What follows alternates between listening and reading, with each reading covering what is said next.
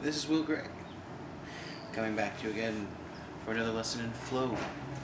Recently, someone asked me about how to do flow with longer weapons. You see, up until now I've been working with one-handed weapons, small to mid-size. And they're working with weapons that they say are at least 5 feet long. Well, today I'm going to be working with something bigger than me, to give you a basic idea of what to do. Now, with this particular weapon, this was made by one of my second crew of knights, who, he's no longer with the organization, he's no longer with the Knights of Grey. But when he left this behind, and this was his signature weapon. He loved this thing. It's had multiple names and used by multiple people since he was gone, but this is still Sir Ian's weapon. So we're going to start with, now, the way that he used this, there's a lot of length on this, okay, as a really long sword. So I'm going to cut back a little bit on this excess handle and use it from here to give you an example of how to do some flow. And always make sure you have enough room. Alright, we have dogs next door. My apologies if they bark.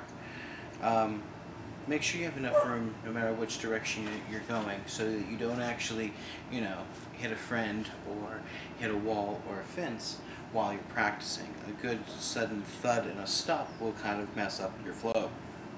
So, where I'm at right now, I have enough room to move, and mind you, it's not a lot of room because I'm working here in a relatively small area of the backyard. But it's what I have to work with right now because we're renovating other places. So, flow with long weapons. The nature of this particular critter is different than the one-handed. You see, with the small to mid-range one-handed, the circles are smaller, the swings are smaller, and with these behemoths, the flow of it is going to be longer swings and larger movements. Now, this is the nature and strength of this particular item, but at the same time it is also its weakness.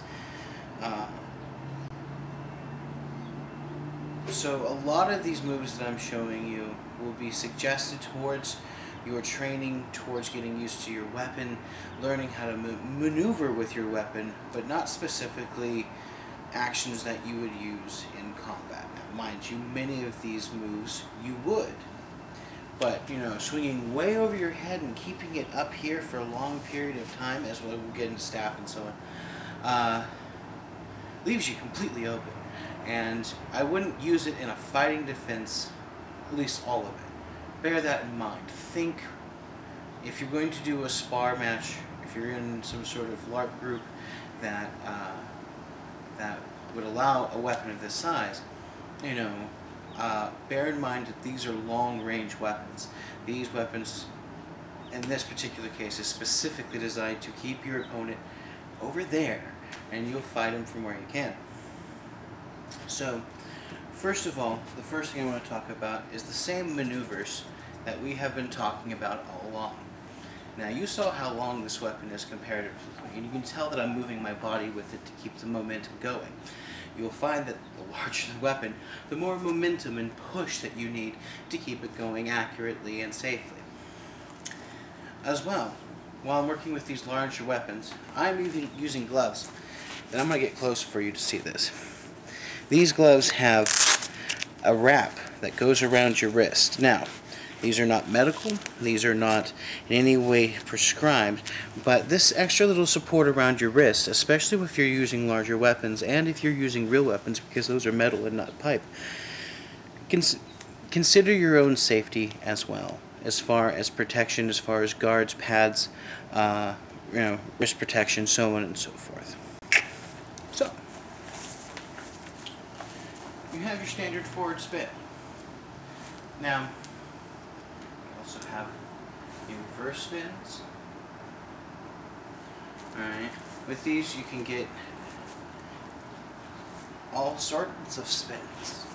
These are all the same spins that I've already talked about using the smaller weapon. Alright.